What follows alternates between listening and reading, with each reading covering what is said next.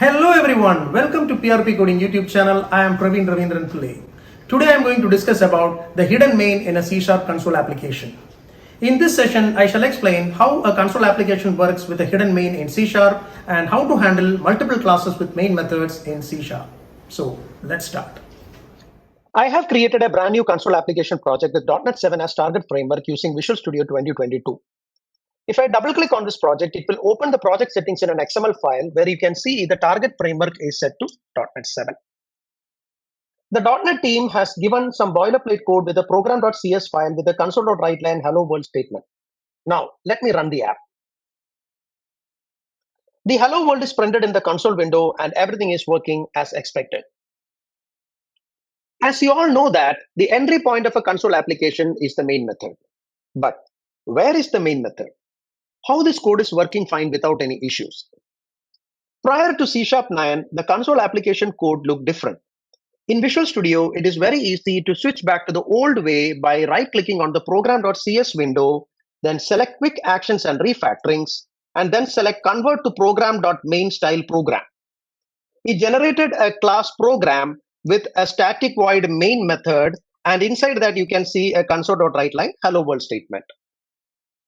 In this code, we can clearly see the main method, and it makes sense in saying that the entry point of a console application is the main method. But from C# 9 onwards, the boilerplate code is just a single line of code. So let me convert it back to the original code. It is quite strange to see a console.writeline statement, which is not wrapped inside a class or a method, is still working fine without any issues, right? This is because of a feature called top-level statements. So what are top-level statements? Top-level statements is a feature introduced in C# 9 that allows developers to write code directly at the root of a file without having to wrap it in a class or a method. The moment the C# compiler finds a top-level statement file in a project, it will consider that file as the startup object. In this project, the program.cs is a top-level statement file as it is not wrapped inside a class or a method. Hence, the compiler considers this file as the startup object, and that is the reason why we are seeing the hello world in the console output while running this application. But still, a couple of questions come to the developer's mind. How this console class is accessible without importing the system namespace? How this console application is working without a class and a main method? So many magic happening behind the scenes, right? Let's find it out. The compiler is not complaining about the console class because of a feature called global using. Global using is a feature introduced in C# 10 that allows developers to declare namespace globally in any one of the files in a project so that it is available to all C# files in the application. In this case, it means that the system namespace is declared as a global namespace somewhere in this project. Let's find it out. In order to see that, go to the Solution Explorer, right-click on the project, and open folder in File Explorer. Go to the OBJ folder, go to the Debug folder, and go to the .NET 7 folder. And if you scroll down, you can see a file named as maindemo.globalusings.g.cs. This is a compiler-generated file. Let me open that file.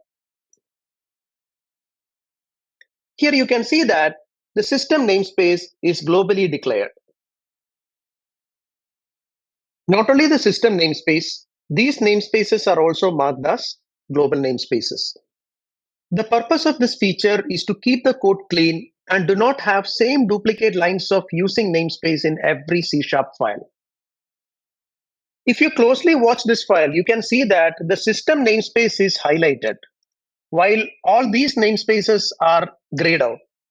The reason is that we are only consuming the system namespace in this project. If you go to the program.cs, here we are using the console class. This console class is coming under the system namespace. Another thing I would like to mention over here is that what happens if I go and comment these lines of code, or what happens if I go and delete these lines of code and save this file? Even though it is a compiler generated file, the developers can go and remove or comment these lines of code, right? Now, let me switch to the program.cs file. If you go here, you can see that there is a red squiggly in the console class. If I click here, you can see that the console class does not exist in the current context. That's an error. It makes sense, right? We are not importing any system namespace globally, as we have already removed that from the main demo.global using.g.cs file. In this case, the developer has to go and explicitly import the system namespace. If I do that, yes, the error is gone. Now everything is working as expected. As you can see, I have removed the globally declared namespaces from this file. Now, let me go and rebuild this project. Right click on this project and select rebuild. Here you can see that the rebuild succeeded. Now let me open this file. Here you can see that these namespaces are again auto-generated. So what does that mean? It means that even if you delete the code or comment the code or even delete the file itself, in the next rebuild, the compiler will generate this file. Now let me go to the program.cs file, and if I hover the system namespace, you can see using directive is unnecessary. That is because when we rebuild our project, all these namespaces are auto-generated. So let me go and remove this using system namespace. Okay. Global using is a feature enabled by default from .NET 6 onwards. If I double click on the project, it will open the project settings in an XML file. Here, you can see a property named implicit usings with a value enabled. So what is implicit usings? Implicit usings is a feature introduced in .NET 6 that allows you to have the compiler automatically add global usings to your projects for common namespaces used in projects. Let me edit the project settings and disable the implicit usings. Just replace enable with disable and save. And switch back to the program.cs window. Here you can see that the console does not exist in the current context. In this case, the developer must import the system namespace in program.cs file. So let me add the import statement using system. And the error is gone. Let me open the project in File Explorer and go inside the obj.NET 7 folder. So right click on your project, open folder in File Explorer, obj, debug.NET 7. And if you scroll down, you can see the global using file here. Now let me delete this file. Right click and delete. Yes. And now let me go and rebuild this project.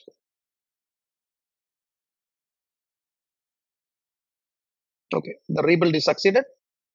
Now let's open the folder again, the .NET 7 folder, and let me refresh this. And if you scroll down, you can see that this time the global using file is not generated by the compiler. That is because I have disabled the implicit usings in the project settings. So if you go to the project, here you can see that the implicit using is disabled. Now let me go and enable implicit usings. So let me replace disable with enable, save this file, and rebuild this project. Yeah, the rebuild is succeeded. Now let me go to the folder here, the obj debug.NET 7 folder, and let me refresh this folder. Now if you scroll down, this time you can see that the compiler has regenerated the global using file. The implicit using is enabled by default, and that's the reason compiler is not complaining about the console class without importing the system namespace in the program.cs file. Okay, now let me explain how it is possible to write a C# statement without a class and a main method. The magic is that the C# compiler will generate a class with a main method for our application. In order to prove that, I am using an online tool named SharpLab. Let me open the Chrome browser and go to sharplab.io. So here I can type sharplab.io. SharpLab is a .NET playground that allows us to see the code as compiler sees it and gets a better understanding of .NET languages. At the time of recording this video, SharpLab currently supports three source languages: C#, Visual Basic, and F#. In our case, we are using C#. Now, let me copy paste the boilerplate code from Visual Studio to sharplab.io. So copy this line of code and remove this class and paste it here. On the right hand side, you can see that it has generated a class program with a static void main method, and inside that you can see the console.writeLine hello world statement. As I mentioned, the compiler generates a class and a main method for us. So finally, we found the hidden main.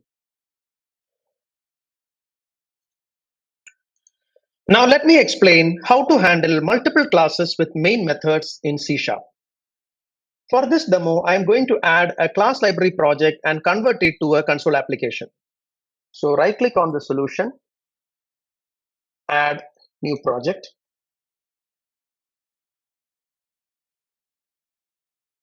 And here you can select the class library project, click next. And I give a project name as library to console. Click next. I'm using the .NET 7 framework and create.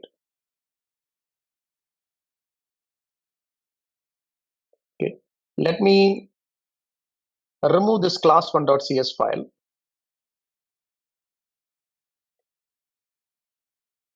And add a new class.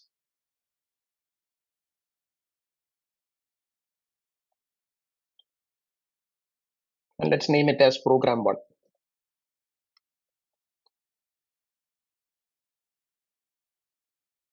And let me remove all this code and then say console.writeLine hello from program1 and save. In order to convert a class library project to a console application, just double click on the project.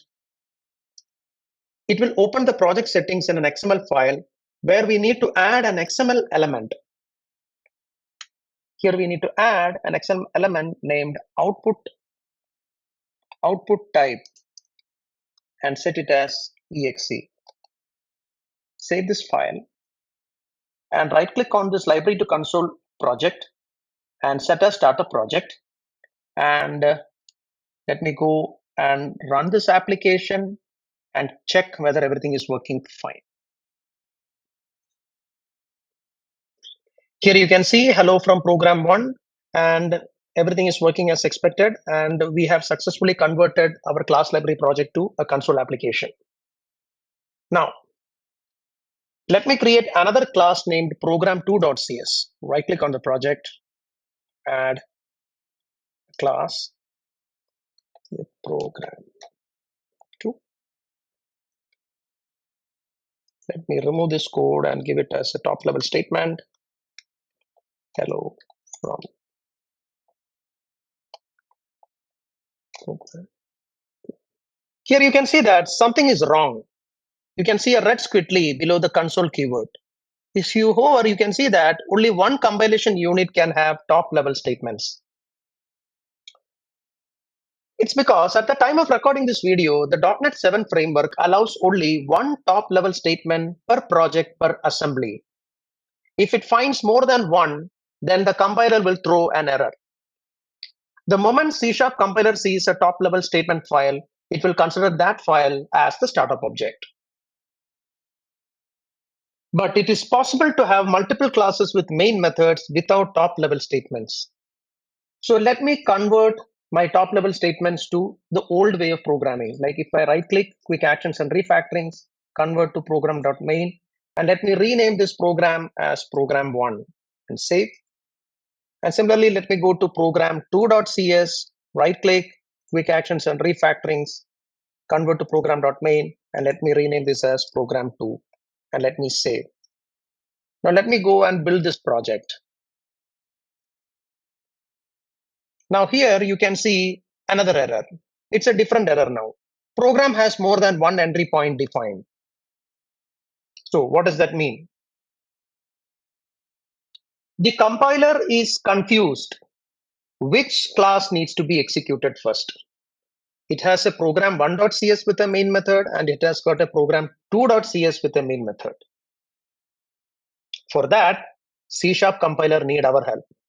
We need to explicitly specify out of the two classes which class is the startup object. For that, just right click on the project and edit the project settings. I have already opened the project settings here. So what we have to do here is we need to add an XML element named as startup object and just mention it as program one. Let me make it as program one and let me save this and let me build this project. Here you can see that the build is succeeded. Now let me go and run this application. Yes, it is working fine. Now it is printed hello from program one. Now, if you want program 2.cs to be the startup object, what you have to mention here is just mention here as program 2. Just save and run the application. And here you can say hello from program 2. So everything is working fine. Let me create a folder inside this library to console project. So right click on this project and I will add a new folder. Name it as main. And inside this folder, I would like to create a program3.cs file. So right click, add class, say program3. Let me remove this code and convert it to a top level statement. And I will say hello from program3. Say. Now if I build the project, it will throw an error. So let me build this project. Build. It says that it cannot specify the main if there is a top level statement. So it is not possible to have a combination of top level statements and classes with main methods. In order to make it work, what we need to do is convert the program3.cs to a class with main method. So to do that, right click on the project, quick actions and refactorings, then select convert to program.main and rename this class as program3. Save and build the project. And now the build got succeeded. If I want to make the program 3.cs as a startup object, go to the project settings and set the startup object as program 3. Save the file and run the application. And here you can see hello from program 3. If you closely look at program 1.cs, program 2.cs, and program 3.cs, all these classes are not wrapped inside a namespace. By default, the namespace is the name of the project itself. In this case, the name of the project is library to console. Now, I would like to change this behavior for program 3.cs as it is inside a folder main. In order to do that, just hover your mouse onto program 3, right click, quick actions and refactorings, and there is an option change namespace to library to console.main. Now let me build this project. Right click on the project and select build. Now we got an error. Could not find program 3 specified for main method. By default, the compiler look for files in the default namespace. In this case, the default namespace is the name of the project itself. But in program 3 class, it is not coming under the root namespace. It is coming under library to console.main namespace. So in that case, we need to go and update the startup object. So go to the program3.cs file, copy this namespace, and set the startup object as library to console.main.program3. Now let me save this file and build the project. Yes, this time the build succeeded. Let me run the application. And here you can see hello from program 3 and everything is working as expected. So we learned how to handle multiple classes with main methods in C#. So finally, we reached the end of this session. If you find this video helpful, please like, share and subscribe to my YouTube channel and stay tuned for the next updates. Thank you.